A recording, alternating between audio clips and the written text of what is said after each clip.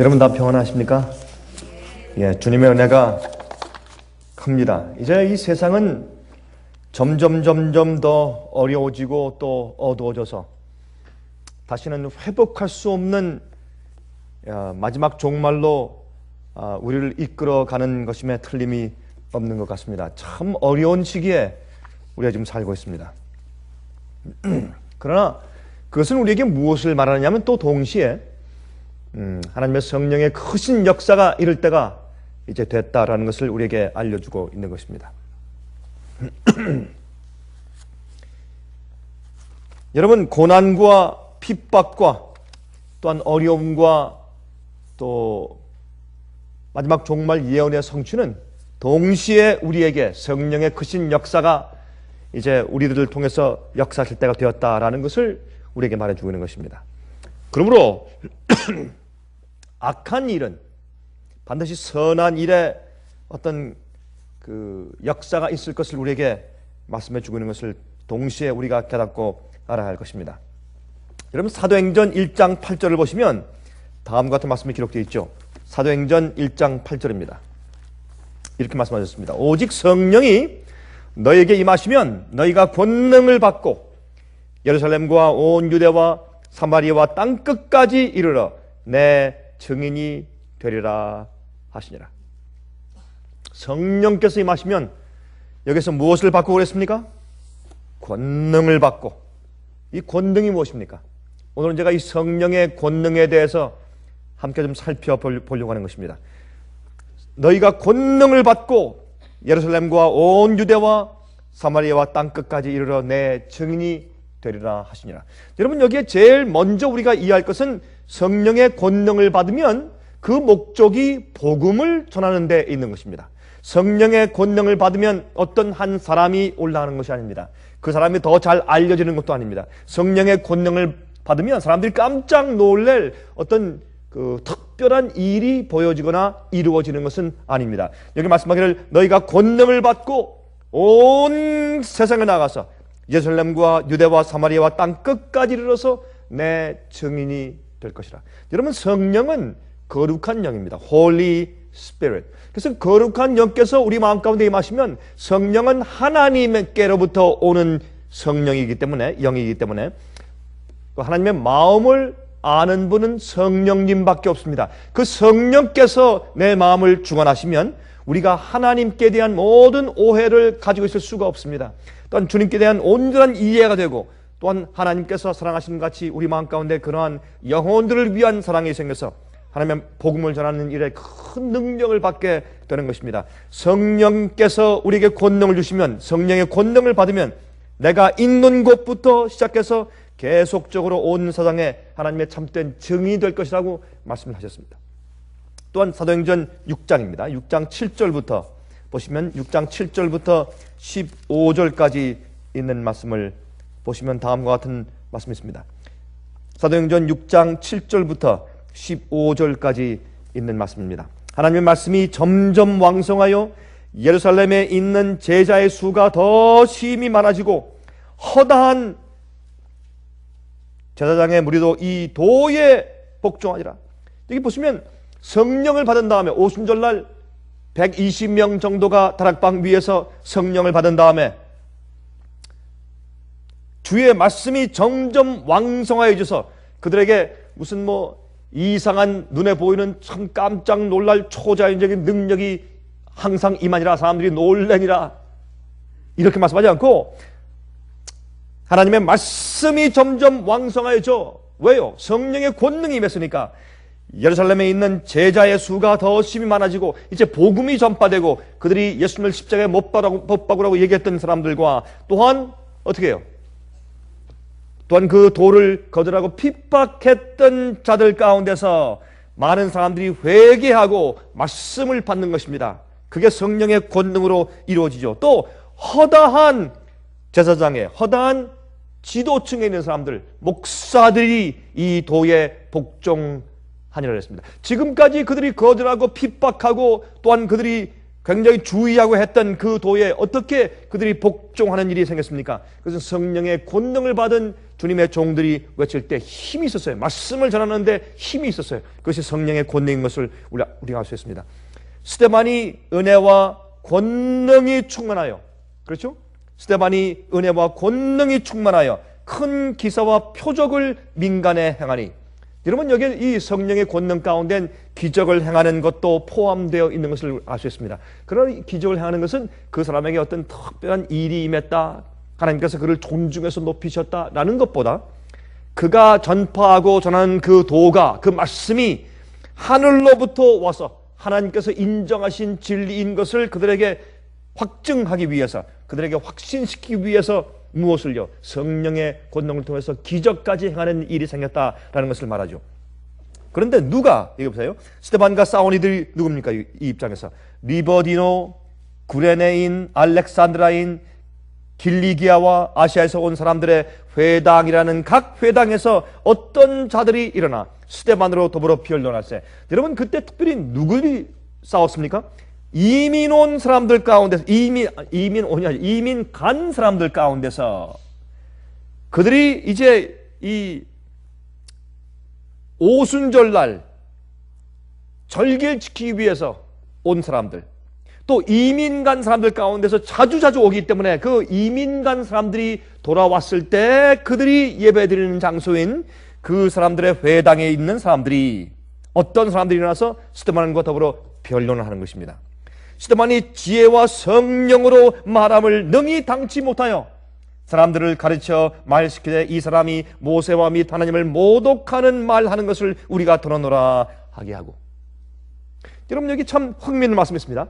여러분 사도행전 2장을 보면 오순절 성령이 임한 다음에 예수님의 제자들이 나가서 어떻게 했습니까? 힘있게 말씀을 전파했습니다. 여러분 성령께서 임하시면 똑같은 말을 해도 사람들 가슴 속에 박혀서 그 사람들을 설득하고 그 사람을 도에 복종시키는 능력이 생기는 것입니다. 이것이 성령을 받는 것입니다. 성령을 받으면 지금까지 똑같이 성경을 가지고 말씀을 전하고 전도하고 설교해 왔지만, 그러나 예전과 달리 사람들을 어떻게 해요? 알곡과 가라지를 나누는 그런 능력이 생겨요. 힘이 생겨요. 그 말이 힘있고 단순하고 명료하고 설득력이 있어서 알곡들은 받아들이고 결심하는 일이 생깁니다. 또한 가라지는 거듭나지 못했거나 성령의 감동을 받지 못해온 사람들은 그것을 최종적으로 거절하고 은혜 시간이 끝나는 일들이 생기는 것입니다. 인침을 거절하는 그런 역사가 생기는 것이 성령의 권능을 통해서 말씀을 전한 다음에 생기는 결과인 것입니다. 이제 그런 일이 이 세상에 곧 오는 것입니다. 이 세상에 이제 오랫동안 복음의 씨앗과 기별이 전파됐습니다. 이제 조금 있으면 하나님께서 이 세상에 있는 알곡과 가라지를 나눌 것입니다.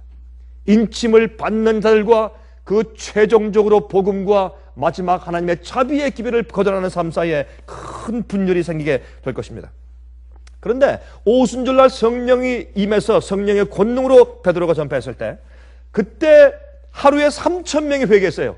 누가요? 이민 갔다가 오순절 지키기 위해서 예루살렘에 돌아와 있는 사람들 가운데 대부분이 회개한 것이에요. 이미 예루살렘에 있어서 예수님을 통하여서, 그렇죠?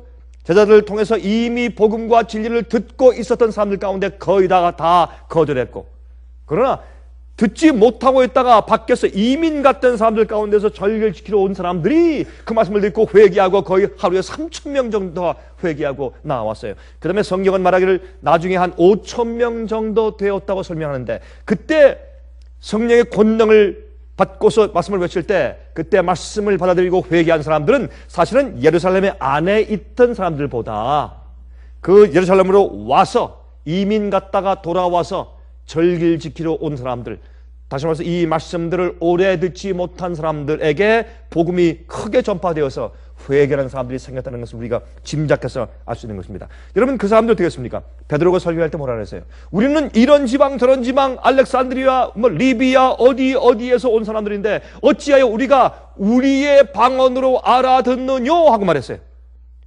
그러므로 그날 그 회개한 사람들은 사실은 원래 있던 사람들보다 밖에 있다가 들어온 사람들이 그 도에 복종한 것을 알 수가 있어요. 마지막 성령의 권능이 임할 때 우리에게 무엇을 이해할 수 있게 만듭니까? 이 말씀은 오랫동안 말씀을 듣고 오랫동안 교회에서 묵고 썩어 있는 사람들 말고 정말 양심대로 살려고 애를 쓰고 최선을 다하며 진리가 무엇인지 찾기 위해서 애를 쓰고 의에 줄이고 목마른 사람들, 그렇죠? 이 진리의 말씀을 잘 듣지 못했던 사람들, 경험이 없던 사람들, 그렇죠? 이 별로 이해하지 못한 채 갈등하고 있는 사람들에게 마지막 이제 이 선택의 촉구를 위해서, 마지막 결정을 위해서 하나님께서 성령의 권능으로 역사하시는 것을 우리가 여기서 좀 이해할 수 있습니다. 12절, 백성과 장로와 서기관들을 충동시켜 와서 잡아가지고 공회에 이르러, 다시 말해서 진리를 전함을 들을 때 그 말씀에 반박할 수가 없어요. 성령의 권능은 그 사람들을 설득하기에 충분하고 명료하고 힘이 있고, 여러분 예수께서 말씀하실 때 사람들이 뭐라 그랬습니까? 이는 누구냐? 예? 권위 있는 자 같지 않느냐? 그렇게 말해서 사람들이 예수님의 말씀을 듣고, 예수님께서 단순하게 말씀하셨어도 예수의 말씀 가운데 권위 있는 사람처럼 힘이 있고 능력이 있었습니다. 사람들을 설득시키는 능력이 있었습니다. 그게 성령의 권능이에요. 예수께서 성령이 충만했으니까. 그래서 그들이 이 스데반이 전파하는 그 말씀에 반박할 수 없어요. 성경적으로 그것이 잘못됐다고 이단이라고 증거할 길이 없어요. 그러므로 스데반을 잡을 수 있는 유일한 길은 거짓 증인들을 데려다가 그를 고소하는 것이었습니다. 거짓 증인들을 세워서 말합니다. 거짓 증인들을 세우니 그러되 이 사람이 이 거룩한 것과 율법을 거스려 말하기를 마지 아니하는도다. 그의 말에 이 나사렛 예수가 이것을 헐고 또 모세가 우리에게 전하여 준 규례를 고치겠다 함을 우리가 들었노라 하거늘, 공회 중에 많은 사람이 다 스데반을 주목하여 보니 그 얼굴이 천사의 얼굴과 같더라. 핍박당할 때, 진리를 전할 때, 미움을 받을 때, 어려움을 당할 때, 그때 성령의 권능을 받은 사람들은 그의 얼굴이 하나님의 성품의 얼굴로 빛이 환해지는 그런 경험이 있는데, 여기 말씀하기를 그 얼굴이 천사의 얼굴과 같더라. 여러분, 천사의 얼굴이 어떠할까요? 천사의 얼굴엔 죄의 그 잔재가 없어요. 그렇죠? 죄책감이 없는 얼굴. 여러분, 어린 아이들 보세요. 어른과, 꾀가 많은 어른과, 그렇죠? 또한 음흉한 어른과 죄 없는 순진한 어린 아이의 얼굴을 비교해 보세요. 바로 그것이 천사의 얼굴의 하나의 모습이죠. 그렇죠? 죄책감이 없는 얼굴, 마음 가운데 모사나 음흉함이 없는 얼굴, 꾀가 없는 얼굴, 남을 이용하려고 하는 그런 음침한 마음이 없는 얼굴, 이기심이 없는 얼굴, 그렇죠? 단순한 얼굴, 복음으로 성령의 권능으로 온전하게 된 스데반의 얼굴이 천사의 얼굴처럼 변하였습니다. 그러므로 우리가 복음을 전할 때 그 복음의 능력으로 성화된 경험이 없는 자들은 이 복음의 이제 말씀의 권능이 없는 것을 알 수 있습니다. 여러분이 사도행전 7장은 말이죠, 누구에 의해서 기록되었습니까? 누가에 의해서. 그렇게 말씀을 할 때 여러분, 스데반이 이제 그 성령에 충만해서 얼굴이 천사처럼 변하고 공회 앞에서, 사내들인 앞에서 말씀을 전할 때, 그때 유대 나라의, 유대 교회의 은혜 시간이 최종적으로 마치는 그 순간 아니었습니까? 굉장히 중요한 유대 역사에서 최종적인 순간에 주께서 당신의 증인을 세워서 마지막 증거의 말씀을 하셨는데, 그때에 그 장소에 누가 있었겠어요? 사도 바울이, 사울이, 그렇죠? 사울이 스데반을 돌로 쳐 죽이라고 그렇게 사람들을 충동질한 주모자 아니었습니까? 그러므로 사울이 있었어요. 사울이 거기 있었어요. 그리고 또 회개한 제사장들이 거기 있었어요. 나중에 성령의 음성을 듣고서 크게 도에 복종한 많은 사람들이 점점 생기지 않습니까? 그리고 회개한 제사장들이 거기 있었을 것입니다. 그리고 사도 바울 이전에 그의 이름이 뭐였습니까? 사울이 있었어요. 그 사울이 눈물을 흘리며 누가에게 그것을 설명해 주었을 것입니다. 그래서 누가는 그 말씀을 듣고 이 의사 누가가 그것을 받아 적어서 이것을 데오빌로 각하에게 보내준 것이죠. 예? 누가는 그것을 듣고 이 말씀을 기록했습니다. 물론 성령께서 그때 있었던 일에 대해서 감동을 주어서 그 말을 들을 때 이것을 기록하셨죠. 그런데 여러분, 이 사도행전 7장을 보면 스데반이 설교한 설교의 내용이 무엇인지 어떤 땐 확실하게 이해가 안 될 수가 있습니다. 어떤 분들은 저한테 이렇게 묻습니다. 목사님, 사도행전 7장에 이 스데반이 설교한 내용이 과연 무엇입니까? 무엇 때문에 어떤 이유로 왜 그런 설교를 한 것입니까? 특별한 이유가 없는 것 같아요. 그저 아브라함 때부터 모세 쭉 그저 이스라엘의 역사를 쭉 설명하고만 끝나버려요. 그러면 그 얘기를 왜 했습니까? 라는 질문을 갖고 하는 것입니다. 여러분, 이것은 뭐냐면 스데반은 지금 말하기를 내가 이설을 전하는 것이 아닙니다. 당신들과 나와 같은 신앙의 뿌리와 역사를 가지고 있는 나도 유대인이요, 나도 성경을 믿는 사람이요, 내가 이설을 전하는 사람이 아니요, 나도 똑같은 여러분과 저와 똑같은 성소에서 똑같이 이제 성소 제사를 드렸고, 똑같이 성경 말씀을 읽고, 똑같이 성소 제사를 이해하고, 똑같이 회당을 다녔으며, 똑같이 우리가 메시아를 믿어왔습니다. 예언을 믿어왔습니다. 똑같습니다 라고 지금 설명하는 것입니다. 그는 이스라엘의 역사를 상기시키면서 아브라함을 택하신 이유를 바로 메시아를 기다리는 한 백성을 준비시키기 위한 것이 아닙니까? 라고 그가 지금 반문하고 있는 것입니다. 그래서 지금 이스라엘의 역사를 쭉 설명하는 것이요, 모세가 예언한 그 메시아를 영접하여 온 세상에 그를 알려줄 한 백성을 주님께서 준비시키기 위해서 아브라함을 택해서 한 백성을 만든 것이 바로 우리가 아닙니까? 라고 그가 말한 것입니다. 그런데 여러분, 이럴 때 말이죠, 그들의 그 분노, 그 말을 듣고 나서 화가 나가지고 말이죠, 분노해서 금방 잡아 죽일 듯한 그런 얼굴로 변하자 스데반이 마지막에 어떻게 해요? 그의 설교를 빨리 줄여요. 빨리 줄이고 마지막을 설교하는데, 그 마지막 부분에 한 그의 말의 뜻은 무엇이냐면, 그런데 교회 지도자들은, 교회의 제사장들과 지도자들은 그 사실을 잊어버리고 하나님께서 왜 우리를 택하셨는지의 그 선택된 민족의 선민의 목적을 잃어버리고 선지자들과 진리를 말하는 기별자들을 거절하고 그들을 죽임으로 성령의 음성을 거절해 왔습니다. 나중에는 누구까지? 하나님께서 보내신 마지막 아들 메시아까지도 죽였으니 더 이상 성령께서 여러분 마음 가운데 어떻게 역사하리요? 성령을 거절한 그들을 지금 말씀하고 있는 것입니다. 그때 그들이 분노해서 달려들어 이를 갈면서 그를 돌로 쳐서 죽인 것입니다. 그들의 그 분노 때문에 증언을 속히 마무리하면서 어떻게 합니까? 하나님께서 예수께서 참 메시아시며 이제 성소 제도가 설명하는 그 피를 가지고 성소에 들어가서 바닥에 7번 뿌리고 죄인들을 위해서 제사장이 속죄 기도를 해 주어야 그들이 죄를 용서받는 것을 말씀하시며, 바로 그 당신의 피를 가지고 하늘 성소에 올라가신 예수께서 우리의 대제사장 되신 것을 그들에게 마지막 증언하기 위해서 하늘을 보면서, 그것은 말씀이지만 또한 계시를 설명하는 것이죠. 정말 요한계시록처럼 계시를 설명하는 것입니다. 요한계시록은 하늘이 갈라지면서 하늘에 있는 사건을 보고 땅에 있는 사건을 보고서 그가 미리 예언해 준 것이 요한계시록인 것처럼, 지금 살아있는 지금 보고 있는 그 증언 계시를 지금 스데반이 말합니다. 내가 하늘을 보니 하늘이 열리니 예수께서 인자가 하나님의 아버지의 보좌의 우편에 서 있는 것을 본다. 그렇게 마지막으로 증언한 것입니다. 너희가 못 박은 이 예수는 바로 우리가 2000년 동안 기다려온 메시아요, 그가 하나님의 아들이라 라는 것을 말하고, 그가 바로 당신의 피를 가지고, 고귀한 피를 가지고, 그분이 유월절 양이었어. 당신의 피를 가지고 하늘에 올라가서 지금 제사장으로서 기도하는데, 그분을 믿고 그분께 나아가지 않으면, 그분의 기도를 받지 않으면, 그분의 중보의 기도에 은혜를 받지 않으면 우린 죄를 용서받을 수가 없다. 양은 그저 하나의 상징이었다. 그걸 지금 계시를 보면서 직접 증거하고 있는 것입니다.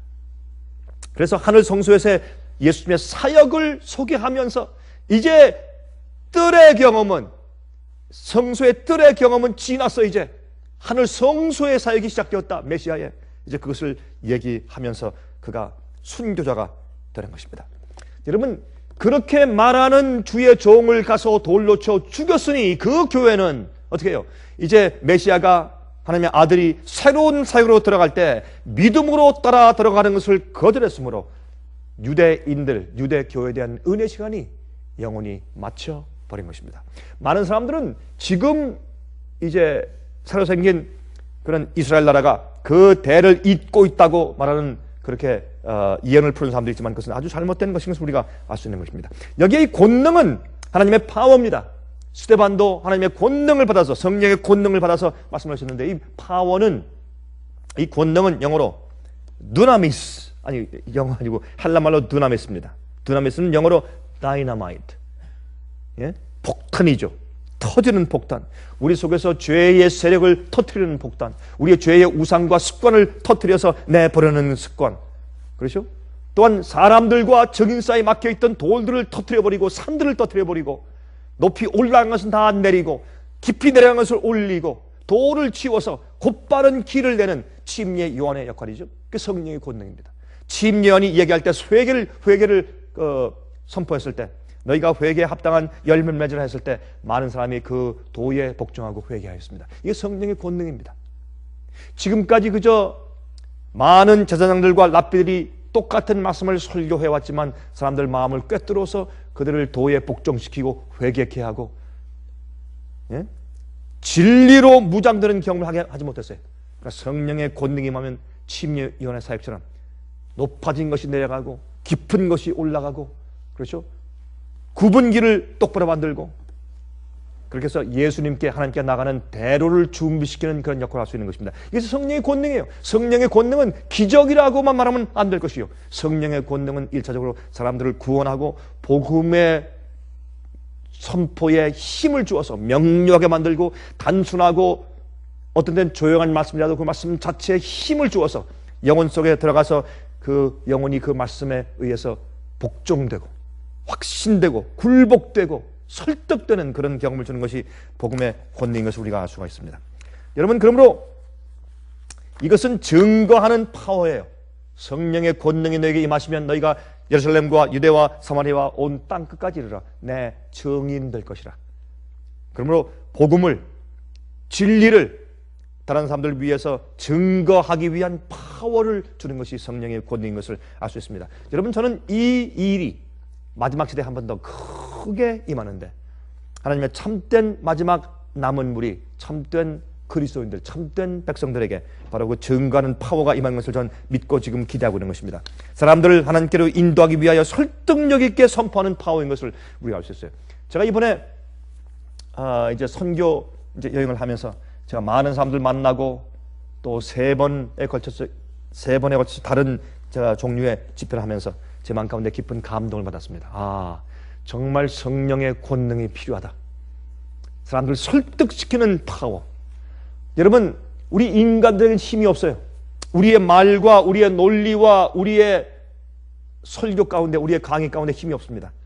그러나 우리 자신이 주 앞에 무릎을 꿇고 깨어지고 주 앞에 맡기고 우리가 죄됨을 인정하고 주의 성령의 감동이 없으면 우리가 말할 수 없음을 우리가 인정하고, 또한 우리의 말에 있는 것이 아니라 하나님의 능력과 권능에 있는 것을 솔직히 인정하고 성령의 감동을 간절히 바랄 때 성령께서 우리 속에서 역사하시면 사람들이 깨어지고 진리를 받고 그들이 통곡하고 회개하고 진리로 설득되는 것을 제가 항상 경험하는 것입니다.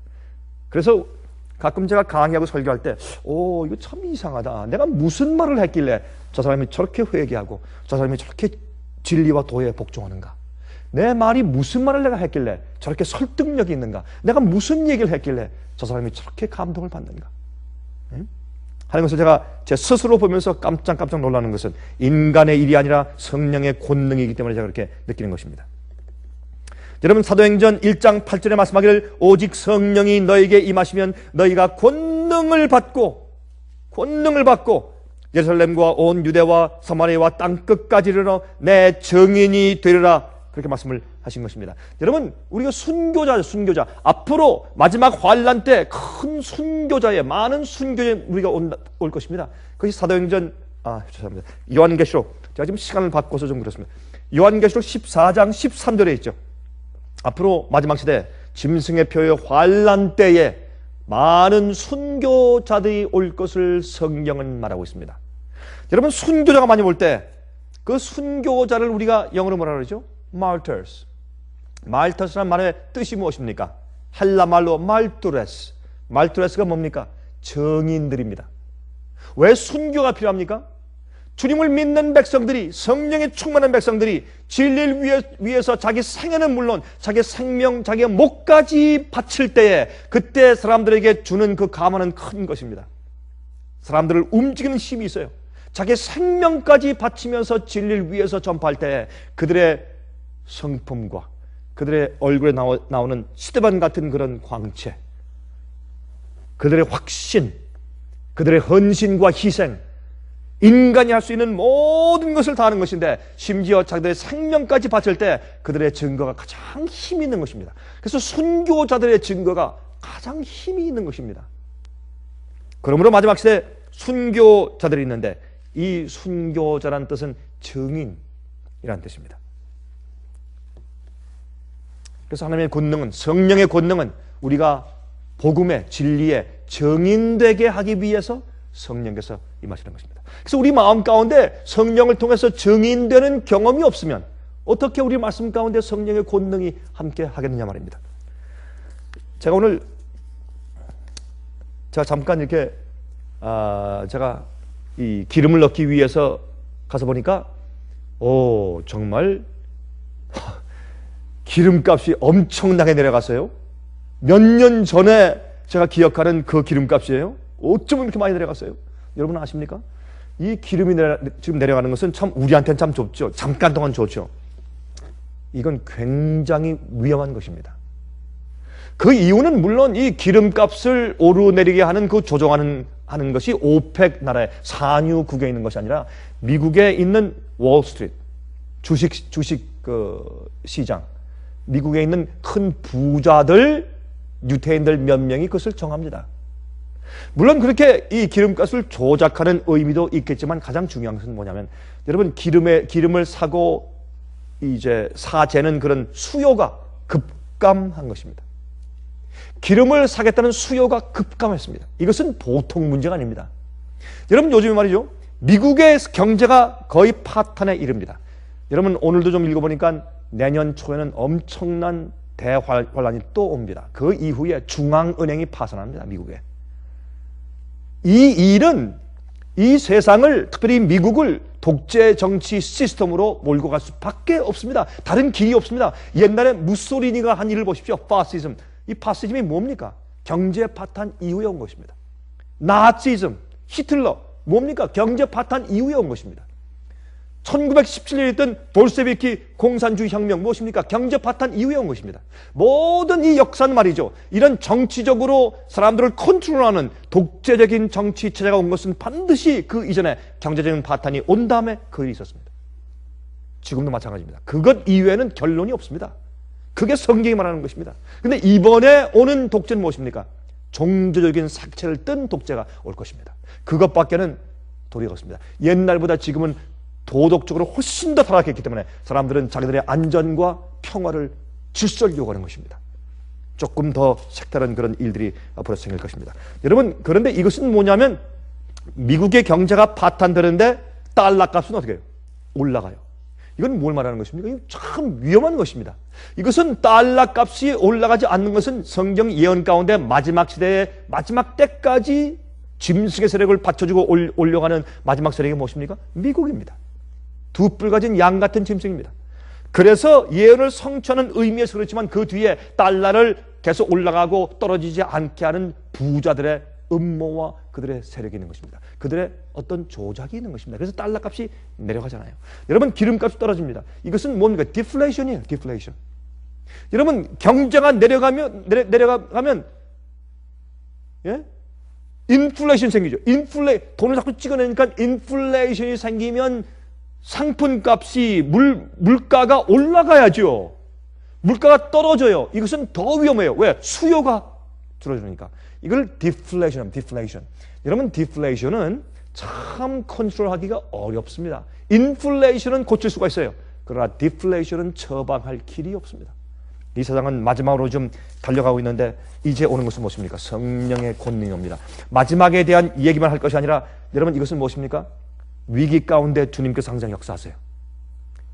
위기와 파탄 가운데 주님께서 역사하시는데 그때는 이 세상의 우리의 위기는 하나님의 뭡니까? 기회입니다. 주님께서 성령의 권능을 통해서 이제 마음이 가난해지고 참 두렵고 떨리고 이제 앞으로 어떻게 될까 하는 위기에 대해서 참 심정들이 불안해서 마음이 열리는 사람들을 통해서 하나님께서 성령의 권능으로 크게 역사해서 마지막에 한 번 세상에 진리와 복음, 그냥 복음 말고 가짜 복음 말고, 반쪽짜리 복음 말고, 값싼 은혜 말고 참 영원한 복음과 참된 진리를, 성경적인 진리를 세상에 전파할 마지막 기회를 주님께서 가지실 것입니다. 세상이 뒤흔들리고 사람들의 마음이 가난하고 공허해질 때 성령께서 마지막 큰 역사를 하실 텐데, 그것이 마지막 시대에 있는 성령의 권능일 것입니다. 그러므로 마태복음 7장 21절부터 23절에 말씀하기를 나더러 주여 주여 하는 자마다 천국에 다 들어갈 것이 아니요 다만 하늘에 계신 내 아버지의 뜻대로 행하는 자라야 들어가리라. 그날에 많은 사람이 나더러 이르되 주여 주여 우리가 주의 이름으로 선지자 노릇하며 주의 이름으로 귀신을 쫓아내며 주의 이름으로 많은 권능을 행치 아니하나이까. 여기 권능을 행했어요, 많은 사람들이. 예수께서 오실 때 보니까 그때에 내가 저에게 밝히 말하되 내가 너희를 도무지 알지 못하니 불법을 행하는 자들아 내게서 떠나가라 하리라. 성령께서 그들의 마음을 정결케 하시고 말씀대로 살게 하시는 경험이 없는 자들이 권능을 행할 때 주께서 말씀하기를 너희 죄인들아, 의롭지 못한 자들아, 불법을 행하는 자들아 내게서 떠나가라, 그렇게 말씀하신다고 했습니다. 그러므로 여기 말씀을 보아도 하나님의 권능은 어떤 이적과 기적과 표적을 행해서 야 참 놀랐다 그렇게 하는 것보다는 그 주의 권능이 임하는 목적은 인간을 구원하심에 있습니다. 복음과 진리를 가지고 사람들을 설득하는 일에 있습니다. 그렇죠? 물론 병 고침의 목적도 인간을 구원하기 위한 것이지 그 사람을 병을 고쳐주기 위한 것이 참 목적이 아닙니다. 그 사람을 주님께서 복음으로 설득시키기 위한 것이 병 고침의 목적도 되는 것입니다. 누가복음 4장 13절부터 15절에 말씀하기를 마귀가 모든 시험을 다 한 후에 얼마 동안 떠나니라. 예수님께서 이제 40일 동안 광야에서 시험 받으신 장면이죠. 예수께서 성령의 권능으로 갈릴리에 돌아가시니 그 소문이 사방에 퍼졌고 그랬습니다. 예수님께서 시험 받으신 다음에 성령의 충만과 권능을 받았습니다. 예수께서 성령의 권능으로 갈릴리에 돌아가시니 예수님께서 당하실 모든 시험, 인간을 대신해서 가장 어려운 세 가지 시험을 다 승리하시고 마귀의 제한과 마귀의 유혹을 다 승리하신 다음에 예수님께서 승리자로 죽음은 죽었지 내가 내 아버지의 뜻을 어길 수 없다고 얘기했습니다. 아버지께서 먹으라 하지 않을 때는 내가 죽어도 안 먹는다. 그렇죠? 주께서 아버지께서 허락하신 길을 따라서만 내가 메시아 된다. 쉬운 길로 가지 않는다. 난 마귀에게 타협해서 쉬운 길로 가지 않는다. 그렇죠? 내가 하나님 아버지의 뜻대로만 살고 아버지의 섭리와 아버지만 경배한다. 그런 예수님의 성품을 드러낸 다음에 그 다음에 성령이 예수님께 충만해서 그 성령의 권능을 가지고 갈릴리 가서 말씀을 전하고 병자를 고치기 시작하셨다. 그렇게 성경은 말하고 있습니다. 우리가 시험받은 이후에 성령이 임합니다. 우리의 개인적인 생에서도 시험받은 이후에 승리자들에게 성령이 임합니다.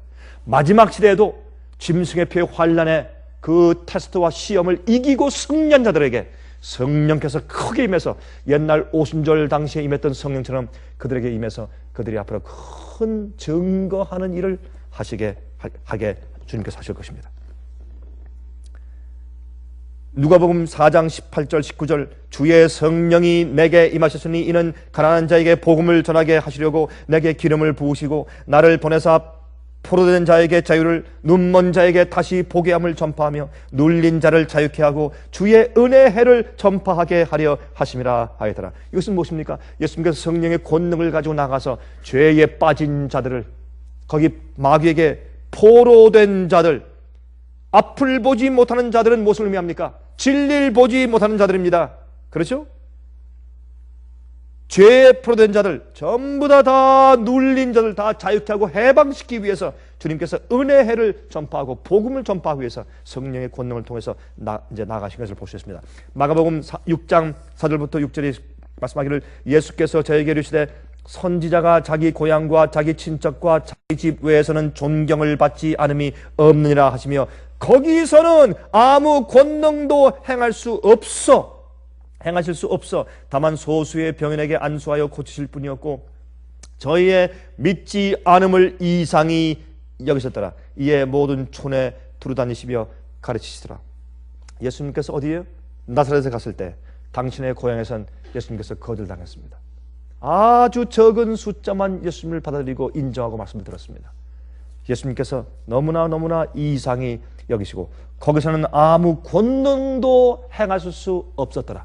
다시 말해서 오순절날 성령이 그렇게 크게 임하도 그 성령의 권능의 말씀을 들은 사람들 가운데 마음이 더 완악해지고 더 악해지고 더 진리를 핍박하고 싶은 충동이 생긴 자들은 이미 은혜 시간이 끝난 자들입니다. 마지막에 성령의 권능이 임할 때 마지막 시대도 그러할 것입니다. 그렇죠? 주님의 성령의 권능이 임해도 회개치 않는 자들이 있어요. 그렇죠? 참 어렵습니다. 지금도 마찬가지입니다. 하나님께서도 하시지 못하는 사람들을 우리가 어떻게 구원할 수 있겠습니까? 성령의 권능이 임하면 추수가 이루어지는 것입니다. 사도행전 6장 10절에 스데반이 지혜와 성령으로 말함을 저희가 능히 당치 못하여 감당치 못해요. 스데반이 성령을 통해서 임하니까 두려움도 없어요. 주저함도 없어요. 그 말이 명료하고 단순하고 힘이 있고 사람들을 설득시키고 그때 사람들이 그의 성령의 권능의 말씀에 감당치 못하다 그랬어요. 감히 능히 당할 자가 없어요. 그 말씀의 능력에. 여러분 신학자도 어떤 사람도 그 힘에 당할 수가 없어요. 또 여러분 사도행전 8장 5절부터 23절 좀 보십시다. 이런 말씀이 있어요. 빌립이 사마리아 성에 내려가 그리스도를 백성에게 전파하니 무리가 빌립의 말을 듣고 행하는 표적도 보고 일심으로 그의 말하는 것을 쫓더라. 주님께서 이제 어떻게 해요? 예루살렘과 또 어디에요? 사마리아와 땅 끝까지 이르러. 그렇죠? 예루살렘과 유대와 사마리아와 땅 끝까지 계속해서 복음이 이제 폭발적으로 나가는 것을 볼 수 있습니다.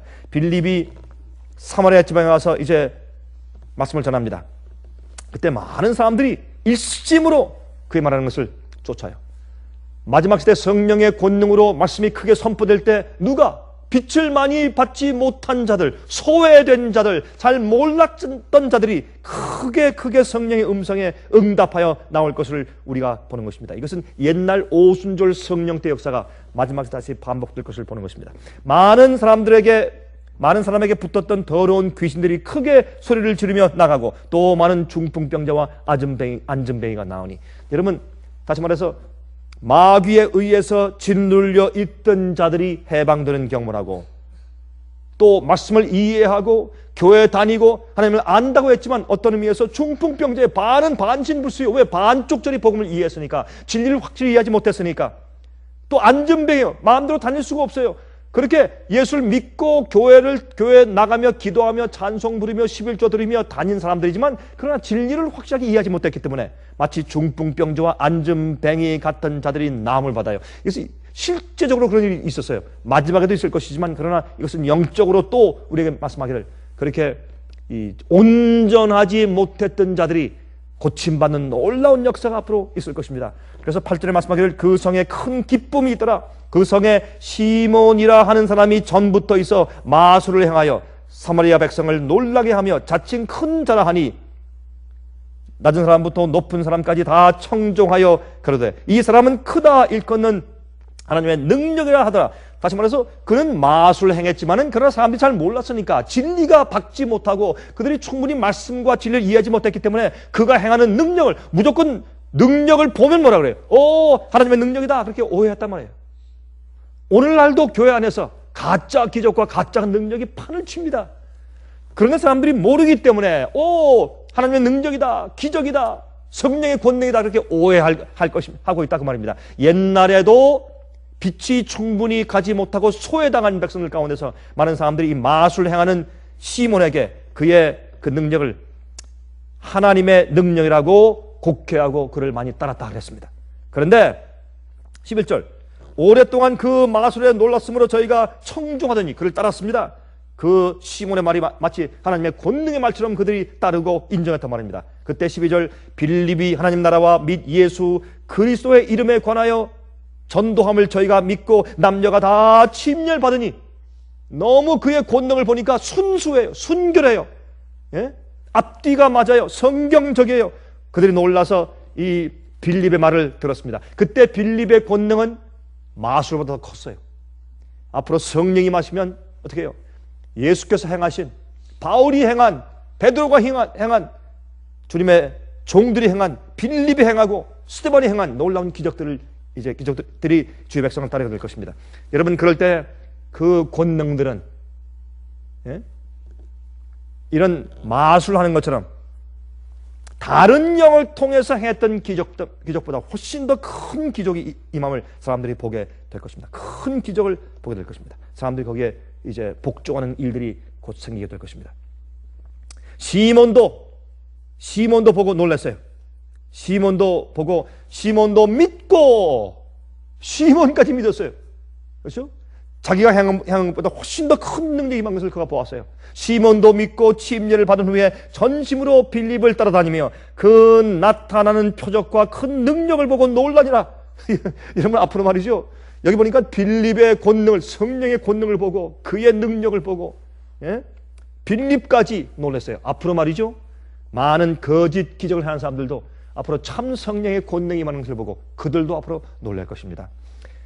예루살렘에 있는 사도들이 사마리아도 하나님의 말씀을 받았다 함을 듣고 베드로와 요한을 보내매 그들이 내려가서 저희를 위하여 성령 받기를 기도하니 이는 아직 한 사람에게도 성령이 내리신 일이 없고 오직 주 예수의 이름으로 침례만 받을 뿐이라. 여러분, 성령께서 임할 때 중구난방이 아니고 질서 있게 진리를 전하는 자들에게만 성령이 임하는 것을 여기 볼 수 있어요. 왜? 그들이 이렇게 믿고 따르는데 이것이 감정적이냐 충동적이냐 아니면 진리에 의해서냐라는 것을 확인하고 이제 말씀을 전하고 그들이 동의하고 한 다음에 그들이 진리에 의해서 침례받은 다음에 이제 그들이 기도할 때 그들도 성령이 받은 것을, 성령을 받는 체계가 분명하고, 그렇죠? 중구난방이 아니라 진리에 의해서 질서 있게 성령이 임하는 것을 여기 말씀하고 있어요. 이에 두 사도가 저에게 안수함에 성령을 받는지라. 시몬이 사도들의 안수함으로 성령을 받는 것을 보고 돈을 들여 가로되 이 권능을 내게도 주어 누구든지 내가 안수하는 사람은 성령을 받게 하여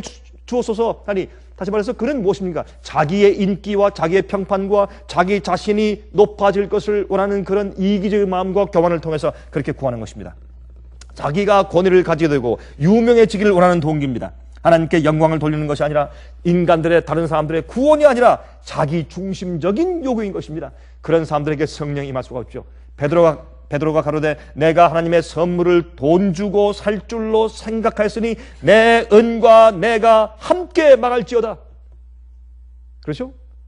주의 말씀을 전하며 권능이 있다고 얘기하면서 돈을 벌어온 사람들, 치부한 사람들, 큰 건물 짓고 왕처럼 지낸 사람들, 앞으로 그들의 돈과 함께 망할 것을 여기에 사실 말씀하신 것입니다. 하나님 앞에서 내 마음이 바르지 못하니 이 도에는 내가 관계도 없고 분깃될 것도 없느니라 말씀했습니다. 그러므로 너의 이 악함을 회개하고 주께 기도하라. 혹 마음에 품은 것을 사하여 주실 것이라. 내가 보니 너는 악독이 가득하며 불의에 매인 바 되었도다. 성령의 권능을 하는 사람들은 성령에 의해서 성화되고 정결케 되는 사람들이에요. 악에서 해방된 사람들이요, 죄에서 해방되어 의롭게 되었다고 로마서 6장은 설명하고 있지 않습니까?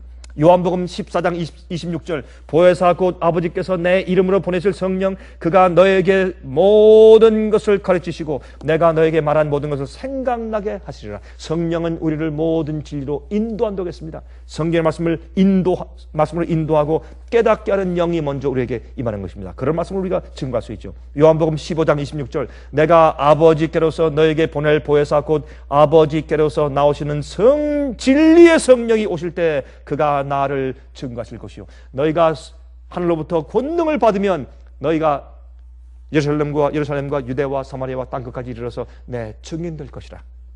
이런 말씀했죠. 진리의 성령이 오실 때 그가 나를 증거할 것이라. 예수님을 증거하고 예수님의 말씀을 증거하고 예수님의 언약을 증거하고 예수님의 진리를 증거하고, 이것이 성령의 권능이죠. 성령이 임하실 때 그 일을 하게 된다 그 말입니다. 로마서 5장 5절 소망이 부끄럽게 아니하면 우리에게 주신 성령으로 말미암아 하나님의 사랑이 우리 마음에 부음받으니, 여러분 주님의 영 성령을 받으면 하나님의 성품과 하나님의 사랑이 우리 마음 가운데 들어오기 때문에 진리를 모르고 어둠 가운데 있는 영혼들을 불쌍히 여기는 마음이 생겨요. 예수께서 그들을 불쌍히 여긴 것처럼 그런 마음이 우리 마음 가운데 들어옵니다. 성령으로 하나님의 사랑이 우리 마음 가운데 부음바 되었다고 말씀했어요. 이것이 성령 역사예요. 많은 사람들은 성령의 역사하면 무슨 권능으로만 이해하지만 성령의 역사는 주님의 마음이 우리 마음 가운데 가득 차서 주의 말을 하게 되는 것이 성령의 권능인 것을 우리가 알 수가 있습니다. 요한일서 3장 24절, 요한일서 3장 24절.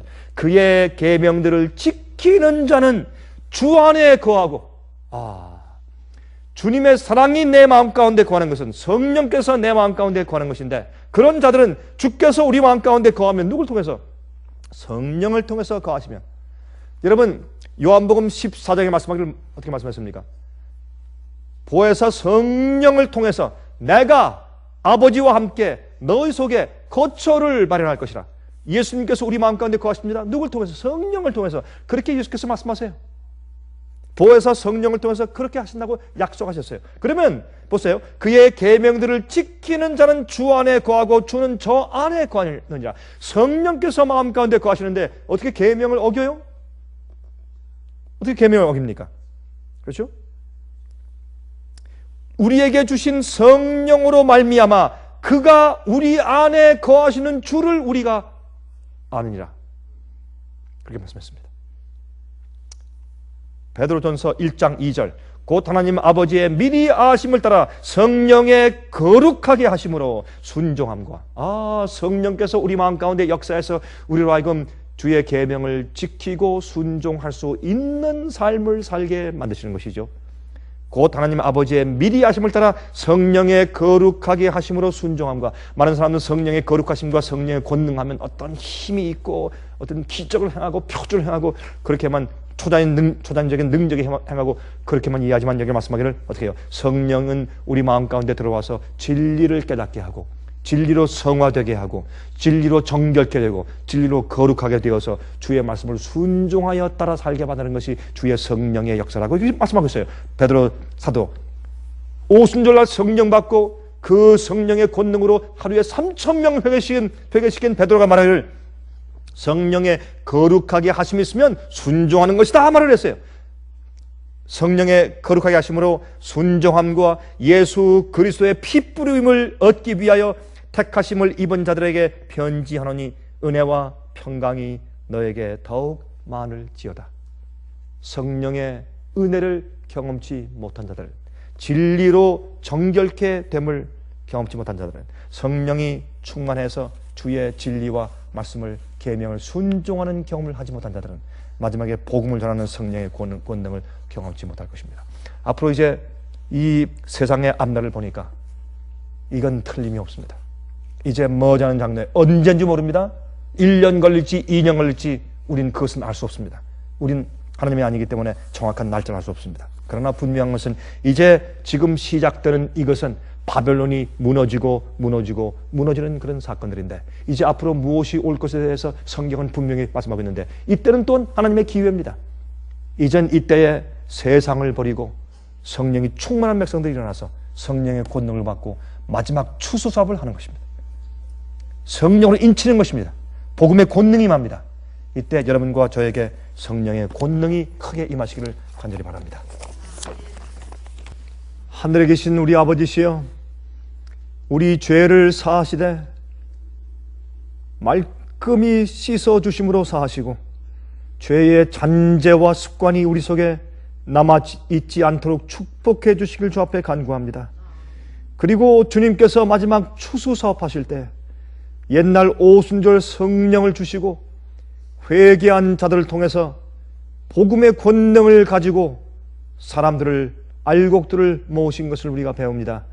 그 일을 이 세상 끝에 더 크게 다시 행하실 때 저희를 기억해 주시옵소서. 추수꾼들을 보내주시며 주여 속히 오셔서 이 세상의 죄악의 역사를 끝마쳐 주시기를 간구합니다. 아버지시여, 아버지시여, 의에 줄이고 목마르며 진리를 찾고 하나님 빛을 향해서 방황하고 있는 많은 영혼들이 아직도 세상에 있사오니 주여 그들을 불러 모실 때가 되었지 않습니까? 주여 여자의 남은 백성들의 수를 차게 하실 때가 되었지 않습니까? 주여 도와주셔서 이 세상에서 당신의 사업을 속히 끝마쳐 주시고 그때 우리가 한 도구로 쓰여짐 받게 도와주시며 매일매일 저희 속을 성령을 통해서 내재하시는 역사로 인도해 주시옵소서. 살아계신 예수 그리스도의 거룩하신 이름만 의지하여 간절하게 기도합니다. 아멘. 은혜 많이 받으셨습니까? 지금까지 들으신 이 생애예빛 예배설교는 개인의 신앙 부흥이나 소규모 그룹 예배를 위하여 DVD와 CD로 제작되어 보급되고 있습니다. 생애빛 예배설교 테이프를 원하시는 분들은 1-877-704-1004 1004번으로 전화하여 주시기 바랍니다. 생애빛은 각종 미디어, 즉 출판물, 텔레비전, DVD, CD, 그리고 웹사이트를 통하여 복음을 전하는 미디어 선교기관입니다.